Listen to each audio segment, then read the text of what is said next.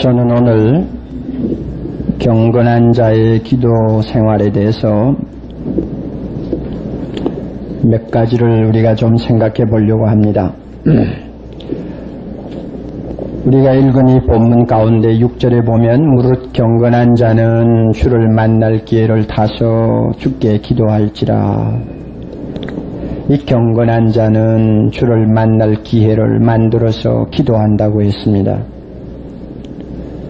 그래서 제가 여기에다가 강조점을 두겠습니다마는 먼저 그 이전에 하나 생각해야 될 것이 있습니다. 누구를 일컬어서 경건한 자라고 하는가? 누가 경건한 자입니까? 막연히 예수 믿는 사람은 경건하다 할 수 있겠습니다마는 사실 누가 경건하느냐 하고 좀 구체적으로 따지면 우리가 대답하기가 어려워집니다. 이 세상에 경건한 사람은 많지 않습니다. 또 예수 믿는 사람들이 경건하다고 말을 할지 모르지만 그 경건이 꼭 같은 것이 아닙니다. 이 시간 먼저 나 자신은 경건한 자인가 하는 것을 각자 스스로가 자문해 보시기를 바랍니다. 경건하다고 판단이 되면 왜 경건한가를 우리가 스스로 질문하고 대답할 수 있어야 되겠습니다. 다윗은 우리가 읽은 이 본문을 통해서 경건한 자의 특징을 두 가지를 이야기합니다. 누가 경건한 자냐? 죄를 마음에 숨겨놓고 가만히 있지 못하는 자가 경건한 자입니다. 마음에 죄를 담아놓고 그것을 태연한 것처럼 받아 넘길 수 있는 마음이라면 절대 경건한 사람이 아닙니다. 다윗은 어떤 죄를 범했습니다. 아마 제가 생각하기로는 자기 신하의 아내를 빼앗은 죄를 이야기하는 것 같습니다. 그리고는 자기 그 신하를 살인했습니다. 간음과 살인을 동시에 범한, 그래서 자기의 권력을 너무나 참혹하게 약자에게 행사를 해서 평생 씻을 수 없는 결점을 남긴 사람이었습니다. 아마 그 죄를 두고 하는 이야기 같아요. 그래서 그 죄를 처음에 그가 범한 다음에 한 1년 반 동안 불의의 관계에서 자녀가 태어나서 그 자녀가 빵긋빵긋 웃을 때까지 그는 그 죄를 인정을 하려고 하지를 않았습니다. 3절 보면 내가 토설치 아니할 때에 그랬습니다. 토설한다는 말은 숨기고 있던 일을 비로소 밝히어서 말을 하는 것을 토설이라고 합니다. 쉽게 말하면 그저 감추어 두었던 것을 솔직하게 고백한다는 말입니다. 그런데 이 다윗은 자기 그 죄를 인정을 할 생각을 안 했어요. 1년 반 가까이. 뭐 왕이 되어가지고 뭐 이 정도야 뭐 다반사 아닌가? 그래도 나와 같이 이렇게 권력을 갖고 있는 황제로서 그 뭐 남의 여자 하나 빼앗아서 뭐 내가 취했다고 해서 그게 뭐 대단하냐? 다른 나라 왕들 보면은 얼마나 잔혹한 짓들을 많이 하는가? 거기에 비해서 나는 그래도 선해. 그러니 이 조그마한 이런 것 가지고 내가 뭐 그렇게 고민할 필요가 있나? 스스로 자기 자신을 꽉 누릅니다. 누르는데 누르는 그 힘에 가만히 있지를 못하는 마음이 있었어요. 자꾸 고개를 쳐들고 아니라고 말을 합니다. 스스로 달래고 스스로 태어난 것처럼 취하려고 해도 자기도 모르게 가슴 속에서 한숨 소리가 나오고 그 다음에 신음 소리가 나오며 나중에는 몸이 말라가고 저녁에도 잠을 못 자는 아주 고통스러운 존재가 되어버렸습니다. 임금의 용상에 앉았지만은 그것이 행복의 용상이 아니야. 너무나 괴롭고 괴로워서 마치 모래알을 씹는 것은 고사하고 마치 바늘방석에 앉은 것처럼 괴로웠습니다. 이게 뭡니까? 다윗은 경건한 사람이라는 증거입니다. 경건한 사람은 이런 사람이요. 죄를 가지고 숨겨놓고 앉아있을 수가 없어요. 태어난 것처럼 보낼 수가 없습니다.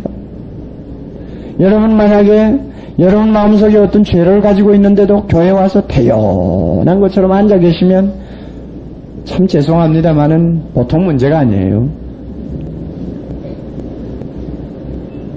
저는 좀 아이러니컬한 이야기입니다만은 현대교회 문제점 하나가 예배 보러 와서 앉아있는 사람들의 얼굴이 너무 지나치게 밝은 것이 아닌가 하는 생각을 합니다. 뭐 은혜 받고 좋아서 밝은 거야 누가 무슨 말을 하겠어요. 예수님 앞에 나의 모든 죄 용서받고 참 하나님의 은혜 안에서 기뻐 뛰노는 사람이 갖는 그 밝은 얼굴이야 얼마나 참 행복입니까?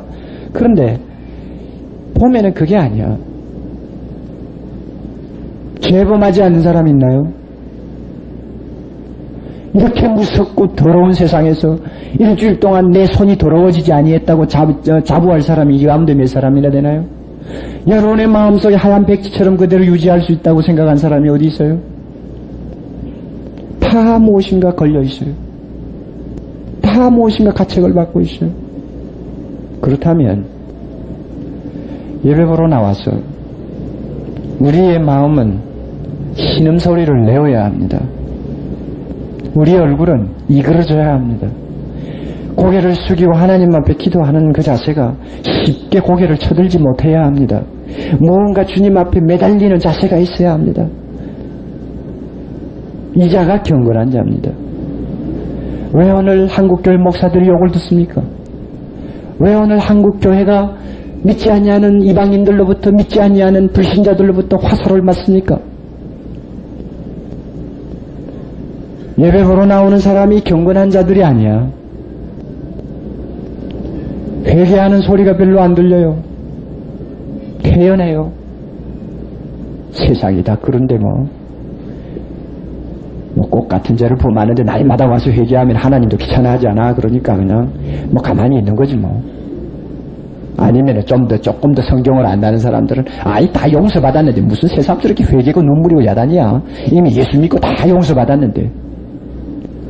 여러분 기독교가 잘못하면은 이상한 종교로 이상한 이론으로 전개될 수 있다는 것을 아셔야 합니다. 바울이 로마서에서 그 점을 대단히 자주 경고했습니다. 예수님이 무조건 죄 용서해 주셨다고 하니까 이제는 죄 범해도 괜찮겠구만. 무조건 다 용서받았으니 하는 이론으로 인간이 끌고 갈 수 있다는 점을 바울이 자주자주 우리에게 경고했는데 꼭 마찬가지예요.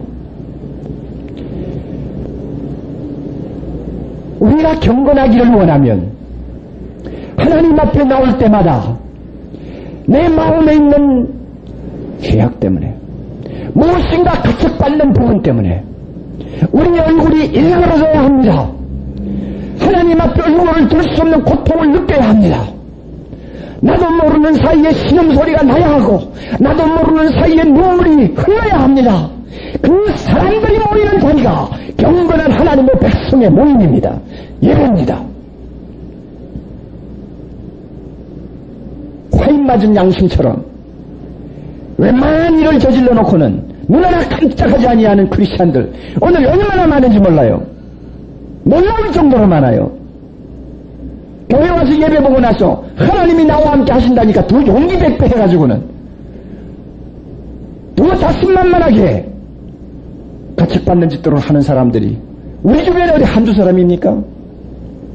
교회가 그렇게 나가면 교회는 이미 영역을 잃어버린 것이요.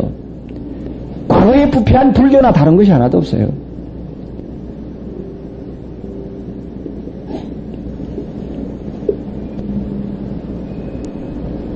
죄가 우리 마음을 지배하면 하나님과 교제가 단절되고 하나님과 교제가 단절되면 드디어 자기와의 싸움이 시작됩니다. 잘 들어두시기 바랍니다. 저나 여러분이나 예수 믿고 중생받은 사람이면 꼭 이거 일어납니다. 죄를 마음에 딱 숨겨놓고 자꾸 내가 합리화시키면서 누르고 하나님 앞에 회개를 할 생각을 안 합니다. 고집합니다. 그러면요 안에서 전쟁이 일어납니다. 새 사람과 옛 사람이 전쟁을 합니다. 육신의 사람과 성령의 사람이 싸웁니다. 그러면요 이 사람은 비참한 사람이에요. 그러나 한 가지 분명한 것 있어요. 죄를 가슴에 두고 가만히 있지 못하는 것은 경건한 사람의 특징입니다. 오늘 이 시간 성령께서 사랑하는 형제 자매들에게 좀 이런 마음 주시기를 바랍니다. 한번 이 32장 집에 가서 한번 읽어보세요. 예, 내가 토설치 아니하니까 막 신음한다고 그랬죠. 영어로 그로운이라는 무슨 뜻인지 알죠? 큰 무거운 짐을 지고 막 가면서 올라가면서 힘에 지쳐가지고 끙끙 앓는 것을 신음한다는 말입니다. 한번 그런 경험이 있어요? 예수 믿고 나서 한번 그래 본 일이 있나요? 만약 아직도 예수 믿고 나서 그런 경험이 없어요? 끙끙 앓는 경험 없나요? 살이 쑥쑥 빠지는 것 같은 고민을 하신 일이 없나요? 하나님 앞에 하나님을 향해서 아버지 나의 죄를 용서해 주옵소서 하고 막 부르짖는데도 마음은 시원하지 않고 괴롭고 고통스럽고 하나님은 계속 얼굴을 돌리고 있는 것 같고 나는 무엇인가 하나님이 진노하시는 손길에 꽉 눌려있는 것 같은 고통과 답답함을 느껴본 일이 있습니까? 그것을 느끼는 사람만이 경건한 사람이에요. 왜냐하면 우리는 깨끗하지 않거든요. 예수 믿고 나니까 깨끗하지 못한 부분이 더 두드러지지 않습니까?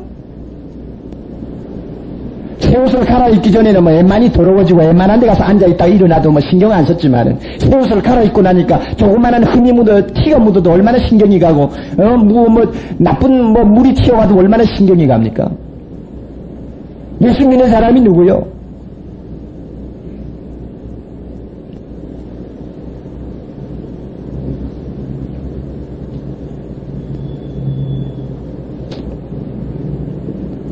사랑의 교회, 진정한 교회 되기를 저는 원합니다. 진정한 교회 되기를 원하면 여러분 예배 보러 나와서 물론 집에서 기도하고 오시겠지만 물론 기도해서 집에 가서 회개하고 오시겠지만 교회에 나와서 조용히 무릎 꿇고 조용히 머리 숙일 때 하나님께서 여러분의 눈에 눈물 주시기를 바랍니다. 여러분의 마음속에 놀라운 하나님의 역사가 있기를 바랍니다. 나를 괴롭히는 그 죄악의 뿌리가 뽑힐 정도로 하나님께서 강하게 우리를 주관하시는 예배가 되기를 바랍니다. 여기에서 새 생명이 태어납니다. 여기에서 새로운 역사가 일어납니다. 여기에서 하나님의 이적이 일어납니다. 그렇지 않고 죄를 가리고 있는 태평스러운 사람들이 모여서 예배 보는 곳이면 하나님의 능력을 우리는 기대할 수가 없습니다. 다윗 보세요. 내가 이제 못 참겠다. 정말 이제 못 참겠다. 그래서 나는 내 죄를 하나님 앞에 자복하리라. 내 허물을 하나님께 자복하리라 하고 내가 죄를 다 하나님께 자복하고 내 죄를 아뢰고 하나도 숨기지 아니했더니 하나님이 내 죄악을 다 사하여 주셨도다. 아멘. 그래서 1절 2절에 행복이 찾아온 것입니다. 허물의 사함을 얻고 그 죄의 가리움을 받은 자는 복이 있도다. 아멘. 하나님께서 나의 죄를 인정치 아니하실 때 복이 있도다. 자, 세 가지 아닙니까? 내 허물이 있어요. 내 지금까지 숨겨두었던 허물이 있어요. 그러나 하나님 앞에 염치불구하고 주여 나를 용서해 주옵소서 하고 다 고백해 놓으니 하나님이 내 기도 들으시고 첫째는 용서, 둘째는 가리워 주시고 셋째는 카운트하지 않는다. 정죄하지 않는다는 말은 카운트하지 않는다. 세지 않는다는 말이요. 계산하지 않는다는 말입니다. 하나님이 얼마나 죄에 대해서 철저하게 다루어 주십니까? 진정으로 회개하면 사하시고 덮어주시고 카운트하지 않으시고 다 잊어버리시고 나를 은혜로 받아주십니다. 이것이 크리스찬이요. 이것이 경건한 사람이요.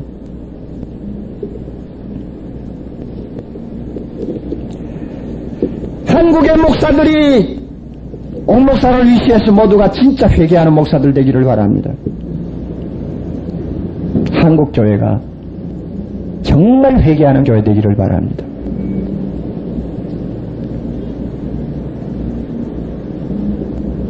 여러분 스스로가 각자 자문하세요. 도대체 내가 경건한 자인가? 응? 내가 죄에 대해서 정말 진실하게 회개하고 진실하게 고백하는 사람인가? 죄 때문에 정말 괴로워하는 사람인가? 하나님 앞에 나가서 참으로 회개하고 용서받은 사람인가? 각자 한번 해보세요. 한번.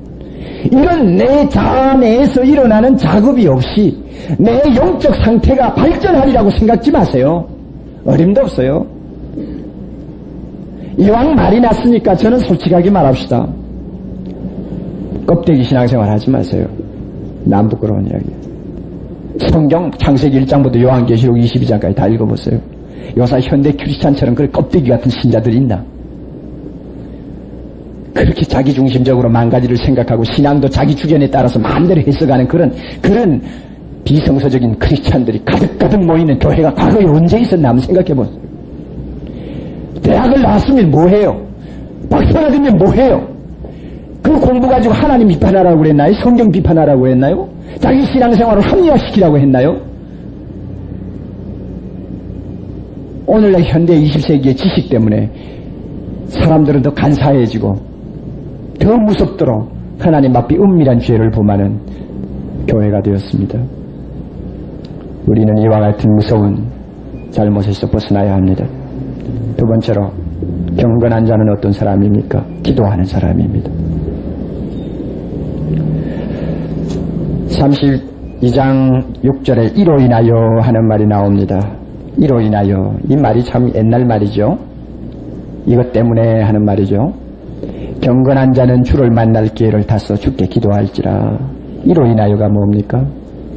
내 죄악을 용서받았기 때문에 하는 말입니다. 바로 앞에 있는 말씀이죠. 내 죄를 아뢰고 내 죄악을 숨기지 아니하였더니 곧 주께서 내 죄의 악을 사하셨나이다. 아멘. 그래서요, 용서받은 감격과 기쁨이 충만한 사람은 자연히 기도하게 됩니다. 옛날에 죄를 마음속에 담고 회개할 필요조차 별로 안 느끼고 태연스럽게 살 때는 기도라는 것이 참 써먹써먹하고요. 하나님 앞에 특별히 눈 감고 무릎 꿇고 뭐라고 한다는 자체가 참 유치하고 원시적인 것처럼 보였는데, 내가 하나님 앞에 모든 죄 용서받았다는 감격을 알고 나서 더러운 이 죄인이 하나님의 자녀가 되었다는 놀라운 은혜에 한 번이 가만히 사로잡힌 다음부터는 어떻게 하나님 만나는 것이 좋은지, 어린애처럼, 아빠 무릎에 기어 올라가는 어린애처럼 하나님 만나기가 그렇게 좋아요. 그래서 나도 모르게 기도하게 됩니다. 그래서 스폴전이 이런 말을 했죠. 교회 안에 경건한 사람들이 여러 종류가 있는데, 만약에 당신이 하나님에 대해서 특별히 관심을 가지고 계십니까? 그래서 오늘날 이 세상을 살려면은 종교가 있어야 돼. 그리고 예수를 믿든지 뭘 믿든지 좀 믿어야 돼 하면서 은근히 관심을 갖고 있는 사람, 조금 경건한 사람입니다. 만약에 여러분이 예수 그리스도를 고백하고 나는 크리스찬이 되었다고 자부하는 신앙인입니까? 그렇다면 아주 경건한 사람 중에 들어갑니다. 그러나 그것으로 만족하면 안 됩니다. 하나님을 날마다 사모하고 기도의 무릎을 통해서 주님과 교제합니까? 그래서 그 기도 시간을 통해서 내가 하나님을 계속 닮아가는 거룩한 자녀로 생활합니까? 당신은 진짜로 경건한 사람입니다. 그가 이렇게 이야기했습니다. 그러니 하나님에 대한 관심도 좋고 내가 예수 믿는다고 고백하는 것도 좋지만 정말 우리가 경건한 자가 되고 싶으면 기도하는 사람이어야 한다 하는 이야기입니다.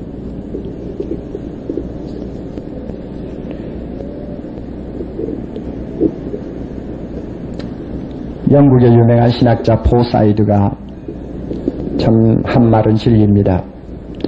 제일 악한 죄는 기도하지 않는 것이다. 한번 우리 같이 해봅시다. 제일 악한 죄는 그 다음에 뭐예요? 기도하지 않는 것이다. 긍정합니까?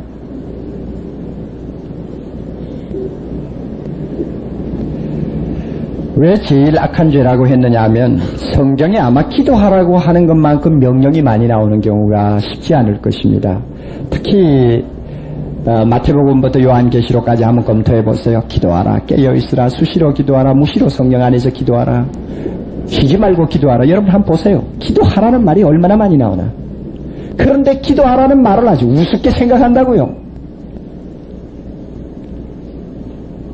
여기 교회 나오시는 우리 남자분들 부인이 조금 기도한다고 방에 가서 엎드리가 있으면은 기분이 나빠가지고 무슨 기도를 그렇게 방정맞게 하고 있어 하고 여러분 말하는 분 없어요?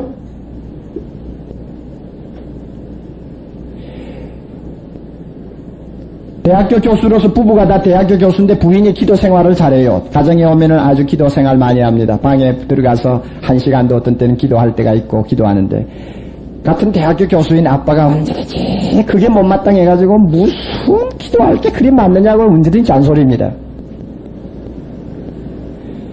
그러니 좀 고고한 사람이 볼 때는 기도한다는 게 참 방정맞게 보이고 또 어떻게 보면은 좀 재수없게 보인다고요. 지금 저러느냐고. 그러더니 이번에 뭐 바캉스가 돼가지고 부부가 차를 몰고 시골에 갔다가 그저 죽을 고비를 넘기고 차 다 박살나고 났더니 그래도 어떻게 이상하게 하나도 안 다치고 애 셋하고 고스란히 뭐 유리창이고 뭐고 다 깨진 차에서 기어 나왔습니다. 하나도 안 다쳤어요. 그랬더니 남편이 보고 당신 기도하더니 다르긴 다르구만. 네?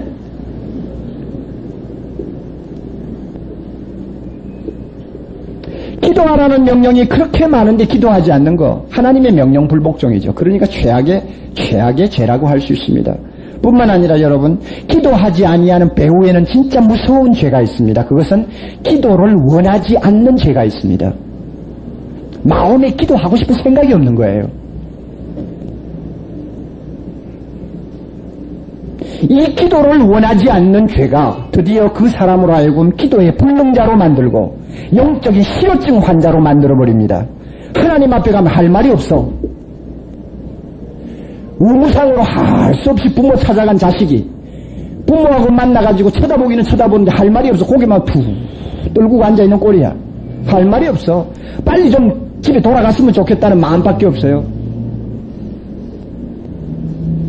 그런 자식을 내려다보는 부모의 가슴 속이 얼마나 괴롭겠어요. 꼭 마찬가지요. 하나님이 별로 달갑지 않는 겁니다. 그러니 기도가 최악의 악이라는 말이 맞아요. 최악의 죄입니다. 하나님이 싫어하는 죄입니다.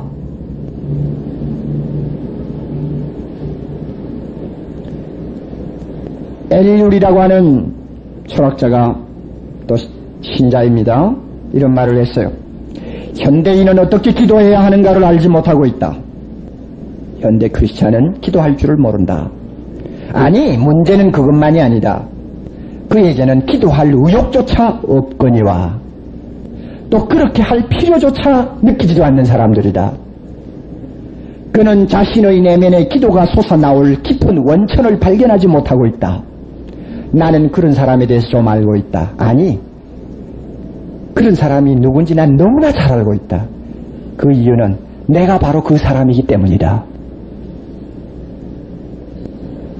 엘룰은 자기 자신 속에서 그것을 발견한 거예요.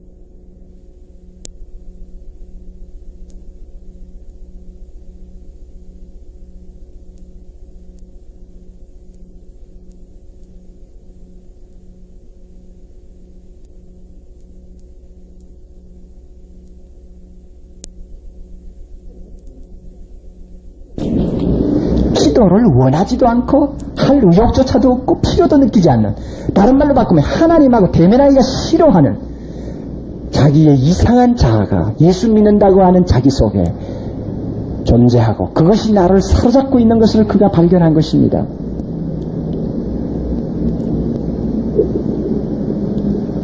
기도의 중요한 목적은 우리를 하나님 앞으로 접근시키는 것입니다. 기도할 때 사람은 드디어 하나님 앞에 선다는 말을 할 수 있습니다. 하나님을 막연한 생각과 분위기로만 이해하는 것이 아니라 하나님의 실제를 확신하고 하나님을 이해하는 존재로 서게 됩니다. 이것이 기도입니다. 그러므로 기도하지 않는 사람이 기도에 대해서 말할 자격이 없는 것과 똑같이 기도하지 아니하는 사람은 하나님에 대해서도 말할 자격이 없습니다. 왜냐하면 아직 그 사람은 하나님이라는 데 대한 분위기는 알았지만 하나님이 누군가 실제를 모르는 사람입니다. 기도하는 사람만이 하나님을 만납니다. 여러분, 만약에 우리가 기도를 별로 원하지 않고 기도하지 않는 크리스찬 생활을 계속한다면 우리는 나도 모르게 비인간적인 경향으로 우리 스스로가 발전하게 됩니다. 쉽게 말하면 인간 이하의 존재가 된다는 말입니다. 하나님을 만나면 그 하나님의 존재는 너무나 거룩하시고 그러니 나는 너무나 추하게 느껴집니다. 추하게 느껴지는 사람이 교만할 리가 없죠. 하나님은 너무나 광대하십니다. 그러므로 내가 아무리 공부 많이 하고 아무리 사회적으로 지위가 높아도 하나님과 비교할 때는 이것은 하루살이죠. 아무 의미가 없죠. 그러니 교만할래야 교만할 수 없습니다. 기도 많이 하는 사람 보세요. 뭐 성경 좀 알고 있다고 교만하지 않습니다. 기도 많이 하는 사람들 보세요. 여러분 교회 봉사 많이 한다고 해서 그 사람 자랑하지 않습니다. 왜냐하면 기도를 통해서 그는 하나님과 항상 대면하기 때문입니다. 대면하기 때문이요. 청와대에 있는 대통령 아들은 이미 한국에서 많이 높으다고 자랑하는 사람 앞에서도 눈 하나 깜짝 안 할 거예요. 그는 왜냐하면 자기 아버지하고 항상 비교를 하기 때문이요. 그러나 시골에 있는 아무것도 세상을 모르는 어린아이는 자기 아버지가 몇 냥만 돼도 막 굉장히 세상에 아무도 없는 것처럼 활개칠 거예요. 왜냐하면 비교가 그거밖에 안 되니까. 예수 믿는 사람이라도 기도하지 않으면 하나님을 보지 못합니다. 하나님을 보지 못하니까 비교가 없어요. 비교가 없으니 내가 올라갈 수밖에 없죠. 뿐만 아니라 기도하지 아니함으로 하나님을 보지 못하는 마음은 하나님을 배우지 못합니다. 배우지 못하기 때문에 그 마음은 점점 하향식으로 발전합니다. 아래로 떨어집니다. 짐승이 되어갑니다. 여러분 세계 종교 가운데 한번 보세요. 기도가 있는 종교는 그래도 그 안에 자비가 있습니다. 기도가 없는 종교, 기도가 없는 사상을 한번 보세요. 가장 잔인합니다. 그게로 공산주의. 하나님을 부정하기 때문에 기도가 없습니다.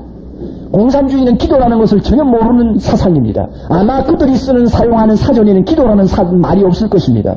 그러므로 이 세상에서 제일 잔혹한 동물이 무엇입니까? 사자입니까? 아니요. 공산주의자요.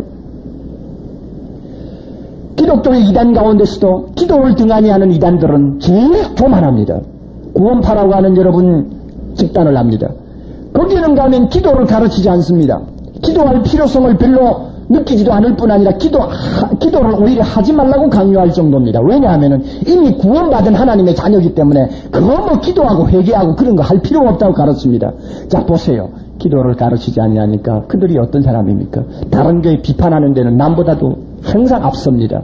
다른 사람들을 정죄합니다. 자기들만이 최고라고 합니다. 가장 잔인한 인간들로 바뀝니다. 짐승이에요.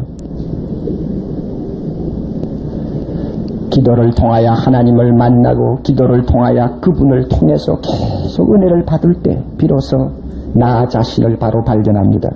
뿐만 아니라 기도를 통해서 우리는 드디어 하나님 앞에 완전히 나 자신을 백지로 바치는 사람으로 바뀝니다. 우리가 기도 시작할 때 처음에는 다 자기중심적으로 하지 않습니까? 아버지 하나님, 내가 지금 돈이 꼭 필요한데, 내일 꼭 필요한데 어떻게 합니까? 도와주세요. 하나님 아버지, 내 몸이 아프니 어떻게 합니까? 좀 살려주세요. 우리가 모든 기도를 처음에는 이런 식으로 시작합니다마는 하나님께서 기도를 너무나 사랑하시기 때문에 그런 식으로 기도하는 기도라도 나중에 가면요, 하나님이 그 기도를 점점 승화시켜줍니다. 승화시켜 주어서 처음에는 이 조건 저 조건 들고 나와서 기도하던 사람이 나중에는 백지를 들고 나와서 기도합니다. 하나님 뜻대로 해주세요. 하나님이 원하는 거 여기다 써주세요. 제가 순종하겠습니다. 드디어 자기 자신이 설 위치에 바로 왔습니다. 그러므로 기도는 사람이 마땅히 서야 할 자리에다가 세워줍니다. 기도하지 않는 사람은 배에서 방향을 잃어버린 배와 같습니다. 자기가 지금 어느 위치에 가 있는지도 잘 모릅니다. 기도하는 사람은 자기 위치를 바로 찾습니다.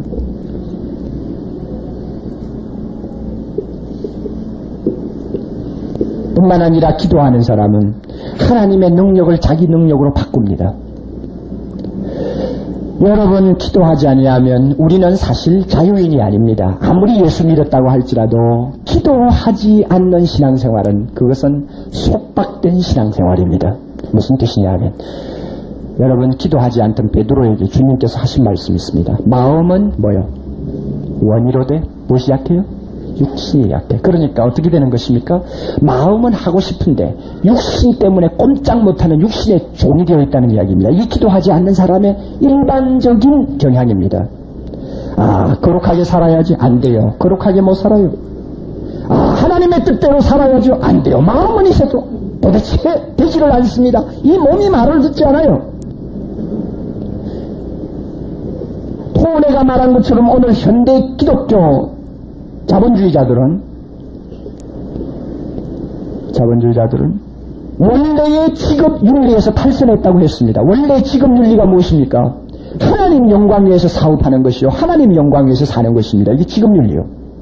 그러므로 옛날에 우리의 위대한 신앙의 선배들은 자기가 갖고 있는 그 철학대로 살 수 있는 자유가 있었습니다. 왜냐하면 항상 기도하는 사람들이었습니다. 기도를 통해서 능력을 얻어서 자기에게 불가능한 일도 할 수 있는 사람이었습니다. 그러므로 자유를 누렸습니다. 돈을 벌었지만은 돈의 노예가 되지 않았습니다. 사업을 하지만은 사업 때문에 그 자신이 잘못되지 않았습니다. 항상 하나님 영광 위해서 모든 것을 바로 쓸 수 있는 자유를 가지고 살았습니다. 능력자입니다. 왜? 기도했기 때문에. 그러나 오늘 현대 자본주의자들, 크리스찬들, 크리스찬 비즈니스맨들, 돈의 말대로 부를 섬기고 그래서 상업의 종교로 기독교를 바꾸어 놓았다는 비난을 받게 만들었습니다. 돈 벌기에 분주하고 축제 갖고 신앙의 목적처럼 되어버렸습니다. 그러니까 자유를 잃어버린 것입니다. 돈을 바로 쓰고 싶어도 쓰지 못해요. 힘이 없으니까. 그러니까 노예예요. 내 직업을 하나님 영광 위해서 바로 사용하고 싶어도 사용하지 못해요. 마음뿐이요. 왜? 힘이 없으니까. 그러니 노예입니다. 기도하는 사람만이 내가 하고 싶은 대로 할 수 있는 자유를 구가합니다. 왜? 능력을 얻기 때문입니다. 전 유엔 사무총장 한마 슐트는 1957년 그가 유엔 빌딩 안에 기도실을 만들어 두었습니다.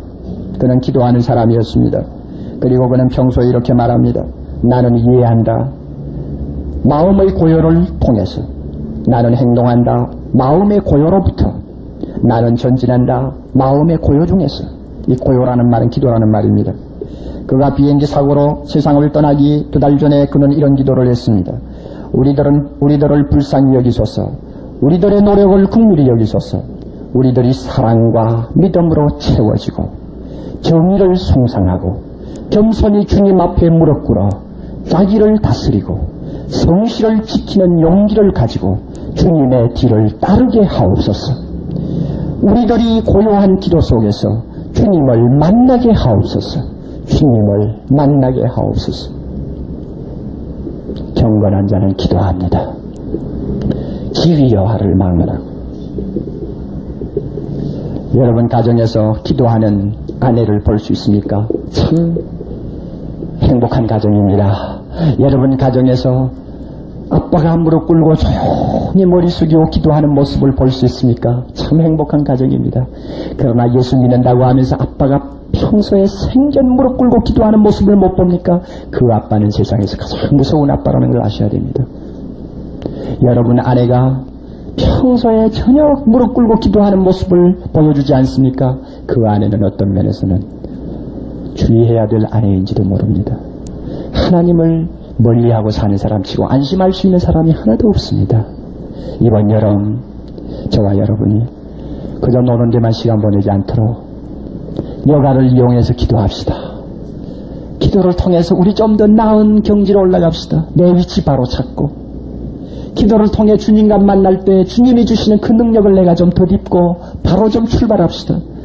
우리 앞에 있는 저 노도와 같은 세상의 모든 물결을 어떻게 차고 나갑니까? 하나님의 자녀답게 경건한 자로서 살기 위해서는 기도의 능력만큼 필요한 것이 없습니다. 기도합시다. 기도해요. 시간을 아꼈습니다. 대부분의 사람들이 시간 없다는 말은 다 거짓말입니다. 골프를 치려면 주말을 다 보내고 테니스를 치려면 아침 6시부터 일어나고 여러분이 보고 싶은 텔레비 프로를 보려면 몇 시간을 제쳐놓고도 앉아서 봅니다. 그러나 기도하라고 하면 기도할 시간에는 그렇게 시간이 없습니다. 짬이 없습니다.